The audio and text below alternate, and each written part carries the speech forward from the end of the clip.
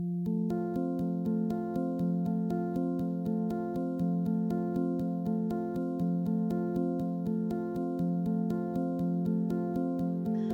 to the October episode of the Tambellini Group Top of Mind podcast. I'm your host, Liz Farrell. In this episode, we're talking with Mike Mathews, who has served as the CIO at Oral Roberts University for the past 8 years, where he also recently inherited the title as the Vice President for Global Learning and Innovation. Mike is an enthusiastic believer in the power of technology to improve teaching, learning, and the post-secondary education landscape writ large. He regularly presents and writes about real-world examples of how bleeding-edge technologies are transforming education and research, including Web3, the metaverse, and AR and VR applications at Oral Roberts University and beyond. But even though Mike is optimistic about future possibilities and realities, he's also acutely aware of the current challenges his fellow higher education technology leaders face on a daily basis in their ongoing paths to digital transformation. And that's why I'm so honored to have him here today as our guest to share his perspectives and advice for how his peers can work to move digital transformation forward at their institutions. Welcome, Mike. Hey, thank you so much, Liz, for the opportunity to help other CIOs and illuminate the great part of what working in higher education. Yes, I mean, there's so many exciting things going on. You're definitely at the forefront of a lot of them, but I'd like to start by level setting here. So can you tell us a little bit about Oral Roberts University, where it's at right now, its current strategic priorities and goals for the future? Sure. Oral Roberts University is based in Tulsa, Oklahoma. We have approximately 5,000 students on campus, another 1,000 students online, and another 7,000 students studying a certificate-related program around the world. Out of the 5,000 who are on campus, they come from 126 other countries. And so one would say that ORU is probably the most diverse university in the country. People wouldn't think of that, but that's been the case for over 55 years now, 14 consecutive years of growth, which has been fabulous for us. And a lot of it really is, how do we create a smart campus that people enjoy? How do we make it seamless? How do we make it simple, not more complicated? And ORU has over 150 majors, from PhDs down to undergraduate programs, and then the certificate programs I mentioned as well. So tell us about, I mean, that's all very impressive. And as you said, you might not think of that first. I mean, especially being in the middle of the country in Oklahoma, that's all really cool things to hear. But can you tell us about some more recent developments in terms of the current strategic priorities at ORU? So Oral Roberts University, when the president started here about 10 years ago, came up with a global strategy. And in that global strategy, he was like any other president, frustrated with strategic planning, which is a lot of wasted time. Strategic plan sits on a shelf. However, that doesn't mean we're not strategic. And so he created a plan called the adaptive plan. Every year, we shoot for 5 years, but we change it every year, every 6 months twice a year. We also change it to make sure we're out tracking right, we're competitive. And so an adaptive plan gives him the privilege, along with faculty, the Board of Administration, myself included, opportunity to say, hey, this isn't working, and we're not stuck and bound by the strategic plan. So we have great strategic initiatives. In fact, if you measured our KPIs, they'd be about 150 to 175 every year. And we reach about 98% of those KPIs. That's amazing. So my understanding is that the part of this, you're entering into a new phase of expansion here. As you had mentioned, the enrollments are the highest they've ever been.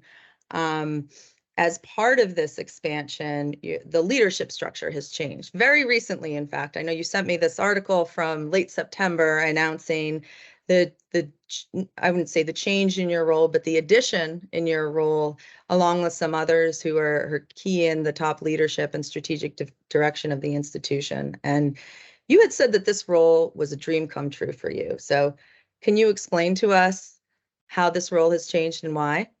Yeah, exactly. This role has changed substantially from this standpoint. The president stood in front of all the faculty about a month ago and said, we are now going to let Mike do what he does best, and that is dream. He's going to dream about what the future looks like for education.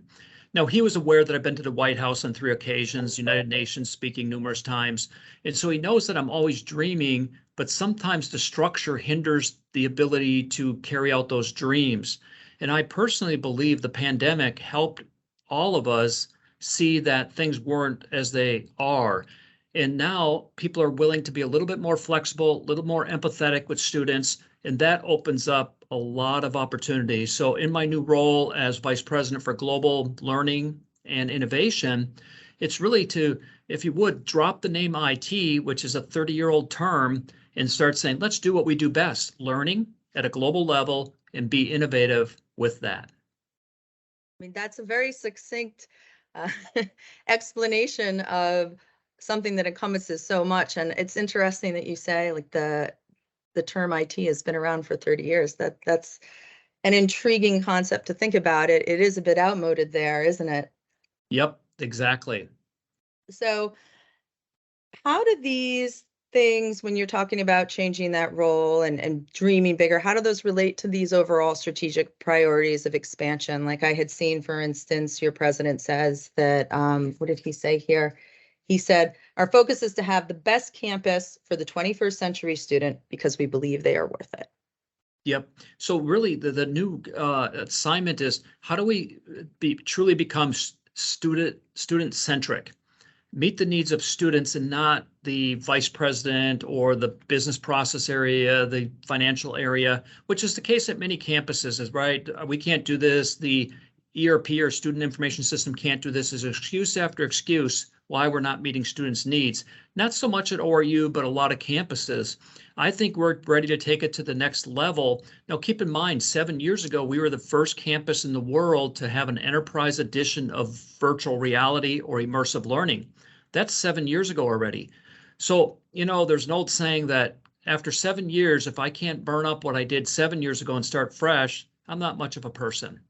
And so it really it behooves any innovators to start thinking every 3 years, what are we taking away and adding new, but trending upwards in the right direction? You can't throw out things that really work well, but you should take care of those things which are just a repeat and build upon them so that people can say, I know a university in Tulsa, Oklahoma, who is like no other. Why don't you come and experience it? It's interesting you say that 7-year thing, that constantly iterating. You are unquestionably a strong and enthusiastic advocate for the power of technological innovations to transform education for the better. And as I mentioned, I've reviewed your recent writings and presentations on some of these AR, VR applications that you just mentioned, and even seen like some of your alum who are working in the metaverse doing Web3 applications. But before we dive into those, I mean, we both know that when you want to work on the cool futuristic stuff, it isn't really possible unless an institution has the technology fundamentals in place. And we know that's not about just getting certain tools. It's about having the right framework and having the right culture. So where is your institution on that, and what have they done on this front? And by that, I'm talking about, not just being able to do those AR, VR things, but when talking about, you mentioned the ERP system not being like, that can be an excuse for not doing certain things. Where are you all on those technological fundamentals in terms of your systems and platforms? Oh, yeah. So, the beautiful part of my career has been probably 6 iterations of being on another campus, working for Ellucian for 12 years. And you just learn real fast. Don't make something that's back office, front office, or act as if it's going to be innovative. That's a mistake. And so the truth is, what do you mean by don't make back office, front office? I love that term. Sure. It's this, is the student information system's a 35 to 45-year-old system that everybody treats as if it's going to do something different than it did 30 years ago, but it can't. However, it's needed. So if you put it in the back office and ask students the right questions, such as I go on any campus in America and say to the students, hey, how's your student information system working? Oh, just fine. Because the truth is, it is for them. That's why they call it a student information system. But once you start asking a registrar or a faculty member or the CFO about the SIS system, they don't like it. And now people are going to start tweaking it. So one of my main goals starting 8 years ago at ORU was to say, let's put the SIS system in its proper place in context, and we can go places. And that context was let it function the back office transactions the way it should, and let's perfect it, but let's not act as if that's going to be the new thing. So whether it's a company like Workday or some new company trying to sell something that's not realistic is a mistake. And so I know a lot of CIOs who felt trapped. Now they have 2 student information systems on their campus because they thought one was cooler than the other. And I said, what are they thinking? And who are these companies trying to help them pick another back office system to be a front office system when it was never a front office system? So I've had numerous people call me up, CIOs and presidents, probably talked to 200 college presidents. Mike, how did you know to just leave the student information system alone and let it do what it does? I said, well, I worked at that company for 12 years. Yeah. I never try and sell something that's not realistic. However, I believe that faculty want to help change the world. And if you can find those pieces that help change it, they're on board with you. And so think of this. We went from information technology department 6 years ago to innovation and technology department to this year, global learning and innovation. You know what?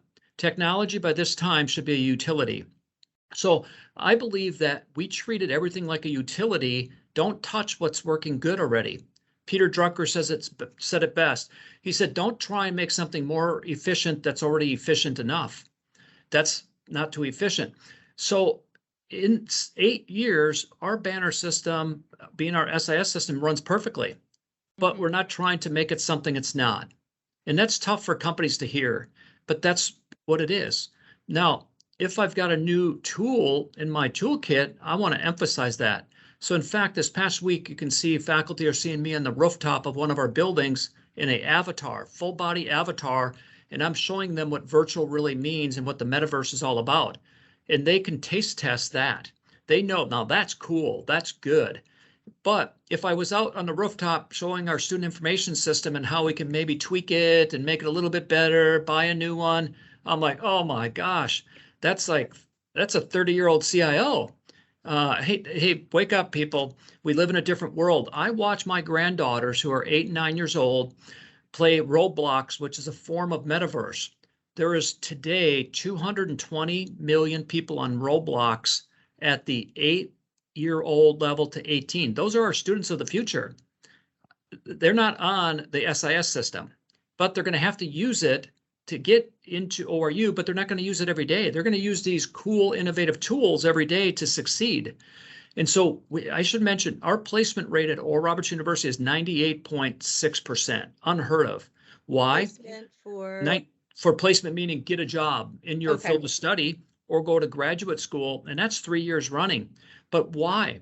Well, it's because our students succeed, and that's our goal. How do we help them be prepared? So imagine being an Oral Roberts University student and telling your employer you know how to use virtual reality.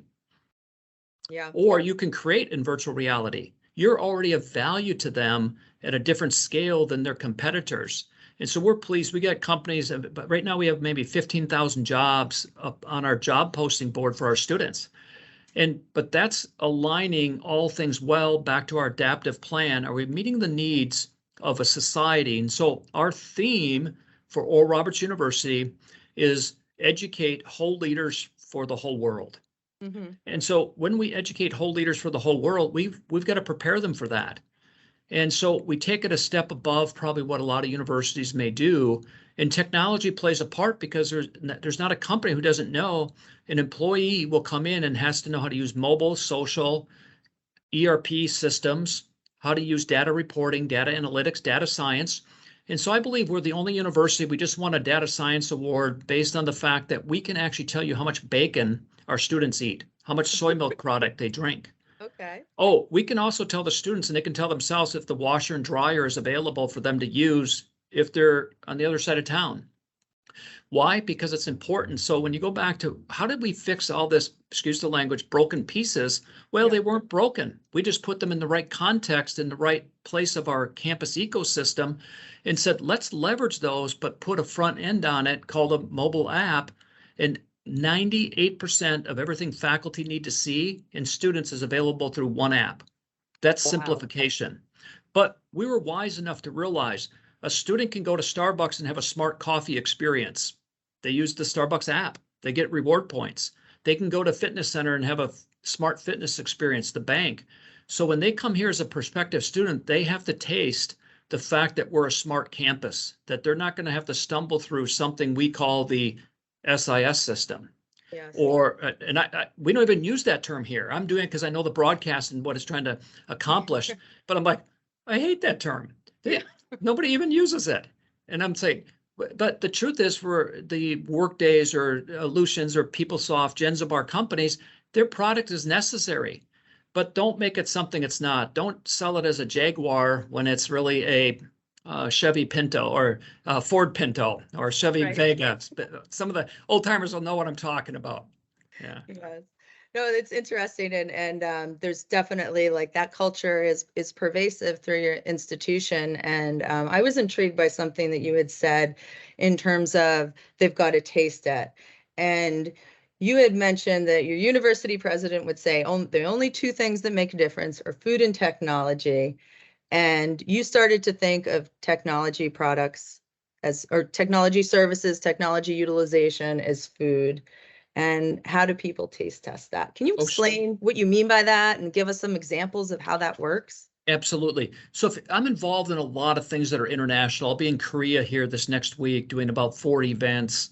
And those events are mobile. I don't get the privilege of being on campus. People will come there, but they come to campus the same way, and they'll make evaluation at the end of the program or the end of their senior year and talk about food and technology. Did it work or did it not work for them? Because that's their immediate need. Everybody eats every day. Everybody tastes the food. But Wi-Fi has become like oxygen on a campus or even in a meeting that I'm going to be in Korea. If people don't have good Wi-Fi, they feel like they can't breathe. I hate to say it, but that's severe. It's a brilliant analogy. I was feeling that way when I was in actually an airport this past weekend, and I was having trouble connecting to their network and everything. And it's like, well, what do? I forget that there were times when you had to sit in an airport and you brought a book or a magazine, and you don't think to do those things anymore because it's all on your phone. I read the paper on my phone, all those things. So really like that analogy. So taste testing technology. So you had said when you took this framework to it, it changed how you tested things with students or with anyone in the university community. Can you give us a little more detail on that and through some examples? Sure. So if I really want to know how things are working, I really hang out with the students. Our president got so good at this that he has something called resident president, where he will go and live in the dorms for 1 week out of every year.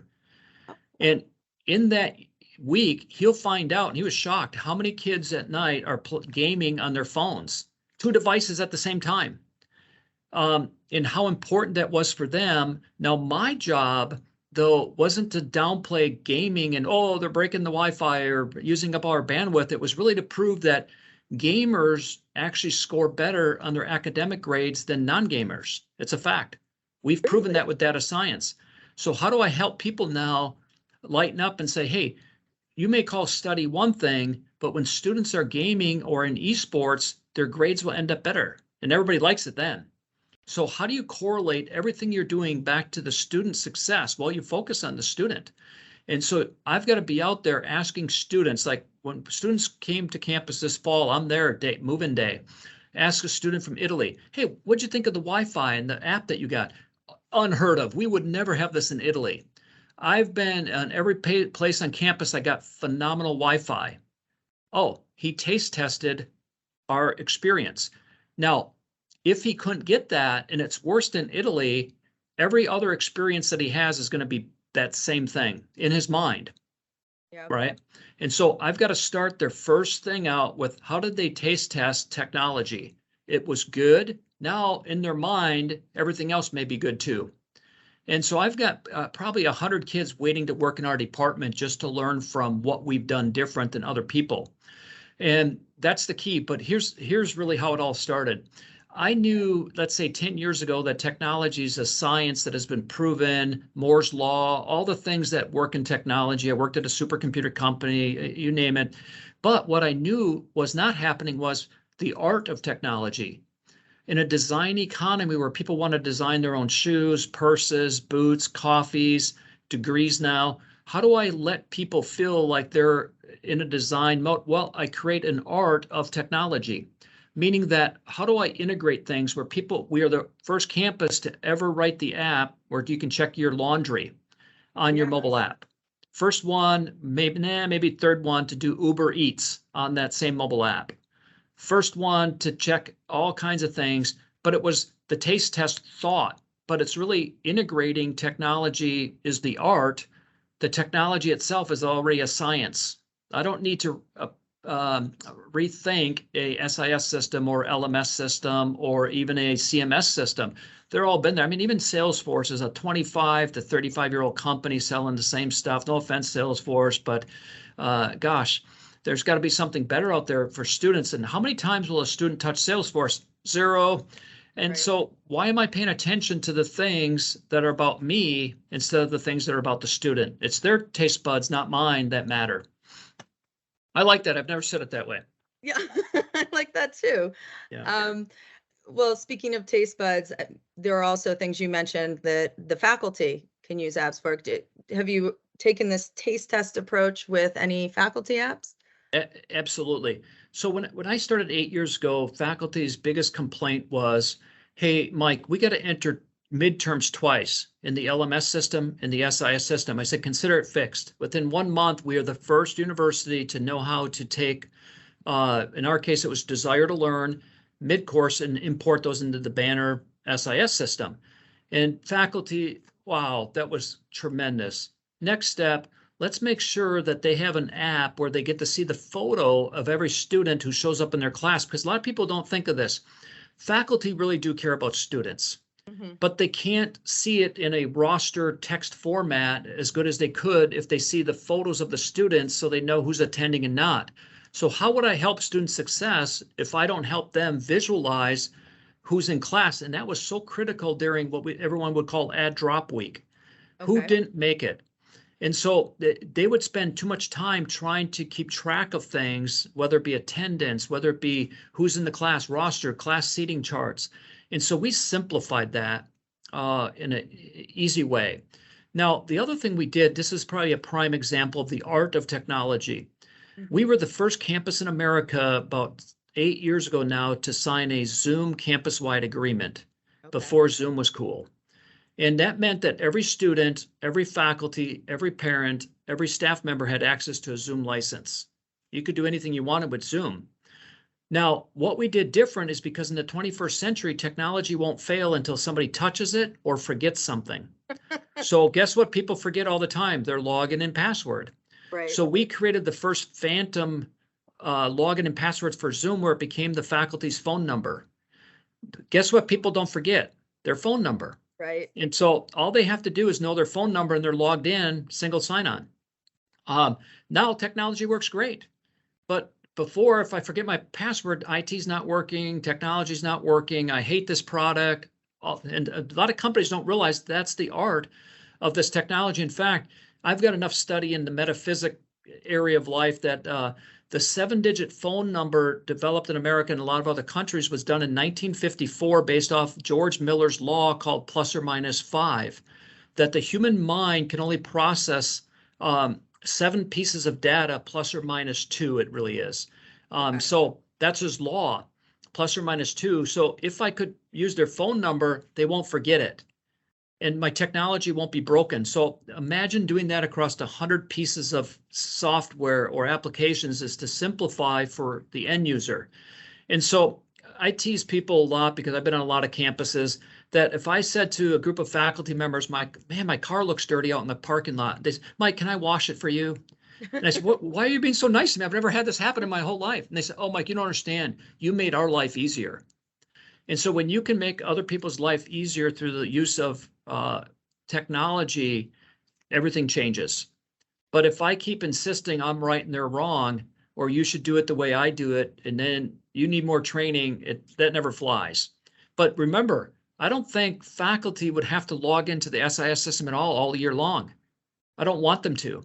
But that same equivalent would be, aren't you glad that your online banking doesn't force you to log into the banking management system and dig through data tables and figure out what your bank is? No, they were smart. They put it up on the forefront and said, we don't even want you to know what our system is. That's hard for the companies like Ellucian and Workday to understand. We can't wave a flag on campus anymore saying, look at our SIS system, look how beautiful it is, and say, that's suicide. Yeah. Rather, look what we've done to make your life easier. Look what we've done to make your data flow. Because here's the key. Oral Roberts University for 4 years was ranked in the top 5 universities in the nation for student engagement, done by the Wall Street Journal and Inside Higher Ed. Now, why we were, I believe, is that every minute I can save a student or a faculty from stumbling over technology is 1 more minute of engagement. And yeah. Sorry, go ahead. Go ahead. No, you go ahead. Oh, I was just going to say, I was thinking about when you were talking about the passwords and everything, having that be the 4 digits, because even when you have like, oh, you can reset your password, you get that frustration of it doesn't come in. You're supposed to get a link and then it doesn't come in and you get frustrated. And it sounds to me, this isn't so much about we've got to delight our customers, even though it sounds like you obviously do, but it's more about like, let's just make this work for them. Let's eliminate, they don't necessarily need fancy, as you said, the icons or a different interface or anything. They just want it to work and they just want it to be as efficient as possible. Yeah. So another thing that you had said was a CIO today is more like a sculptor. Can you explain what you mean by that? Sure. So a good sculptor will actually imagine what the future of the image will be, and they start chiseling away over here. They leave it alone, come over here, and then come back on the backside, and they start seeing it take shape from a multi-dimensional perspective.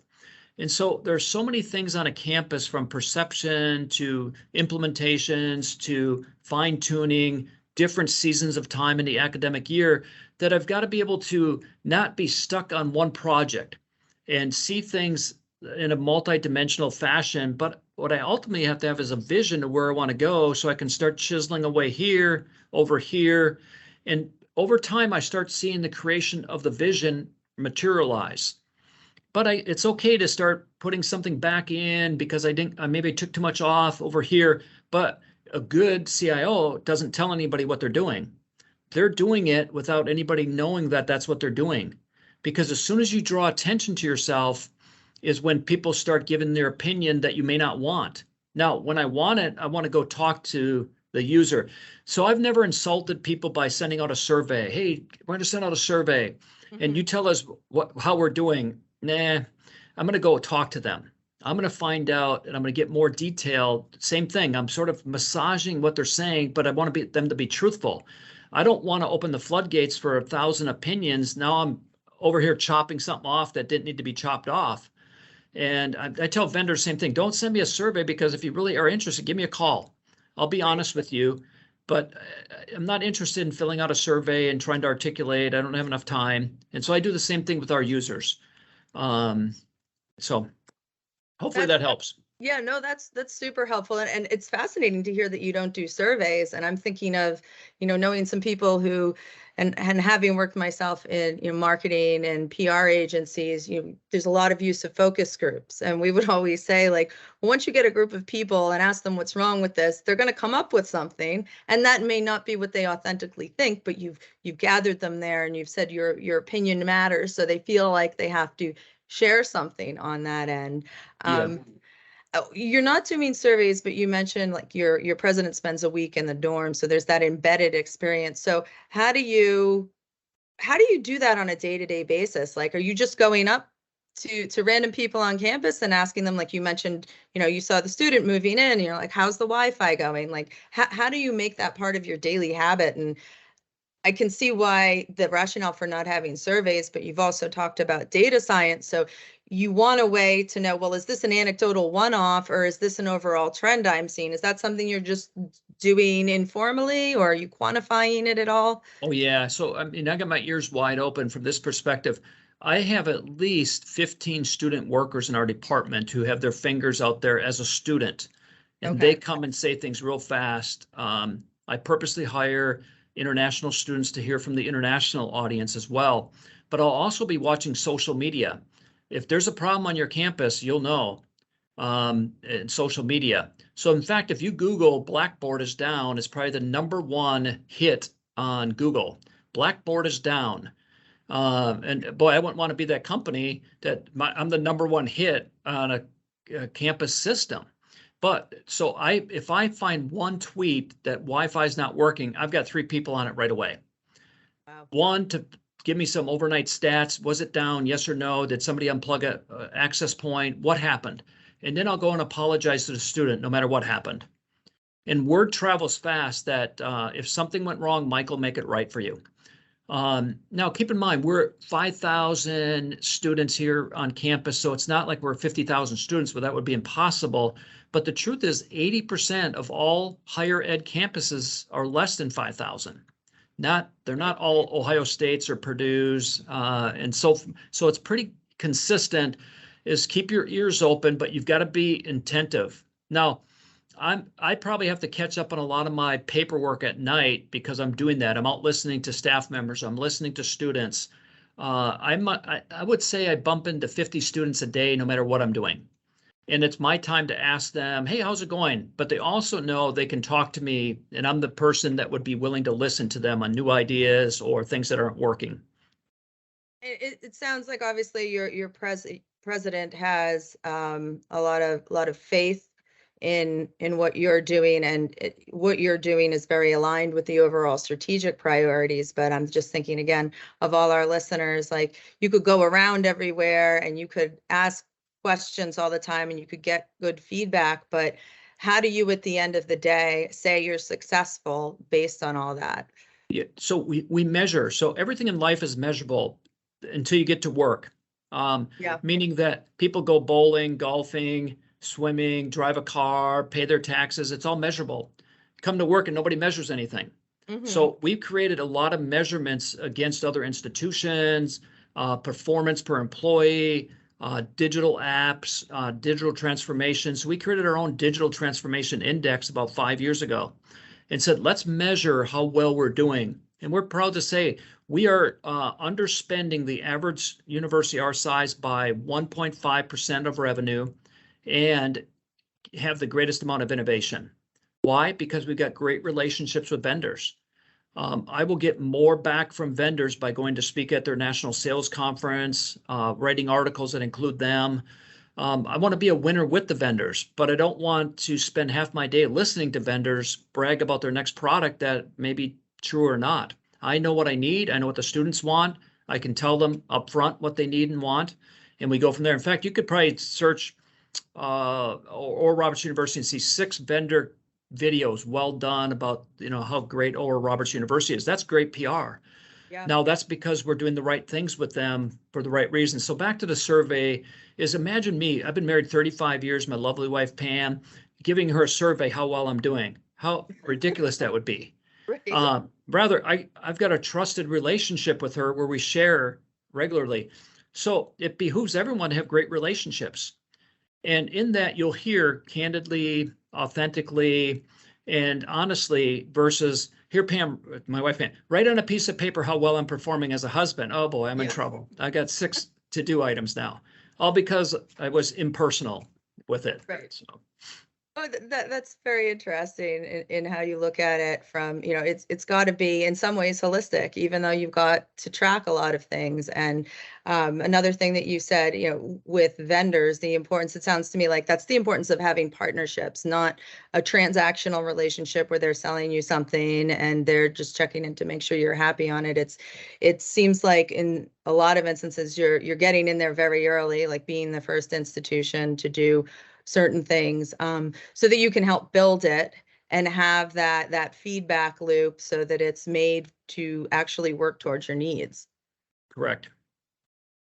Well, I know we're getting near our time here, but you've shared so much today. I wanted to know if you had any advice for other people in similar roles, whether it's in a role leading digital transformation separately or as a CIO, for how they can get closer to where Oral Roberts University is in terms of advancing on all these things and being very forward thinking.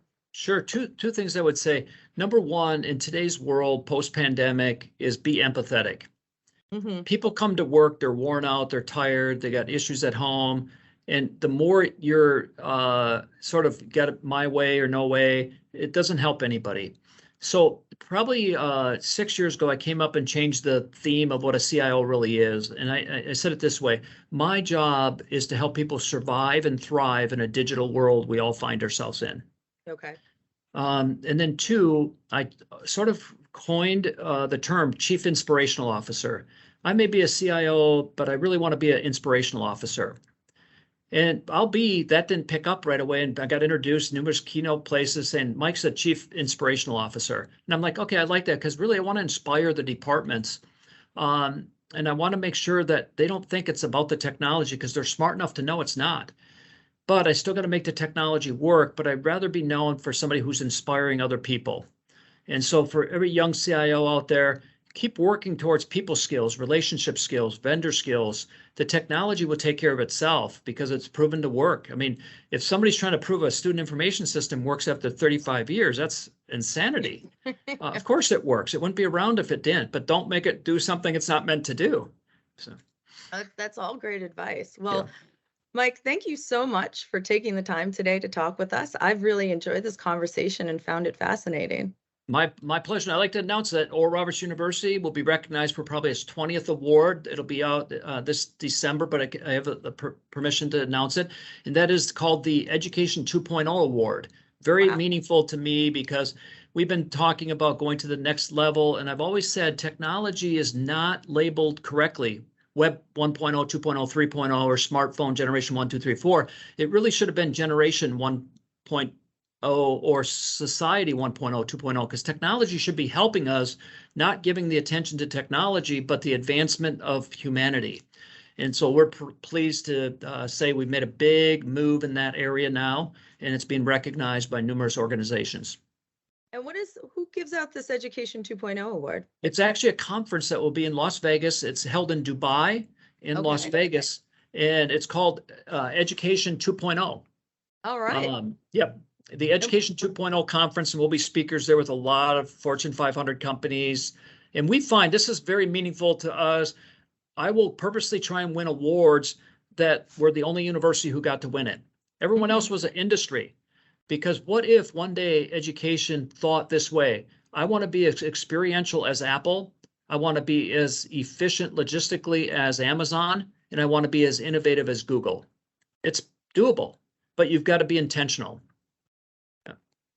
Well, where can people attend this, find out more actually about this Education 2.0? Las Vegas, if you go to Education 2.0, I believe. Okay. I will send you the link to it as well, because I may have gotten that wrong, but it is called Education 2.0. Okay, great. Well, thank you again, Michael. And that concludes this month's episode of the Tambellini Top of Mind podcast. Don't forget to check out our other resources at our blog at tambellinigroup.com.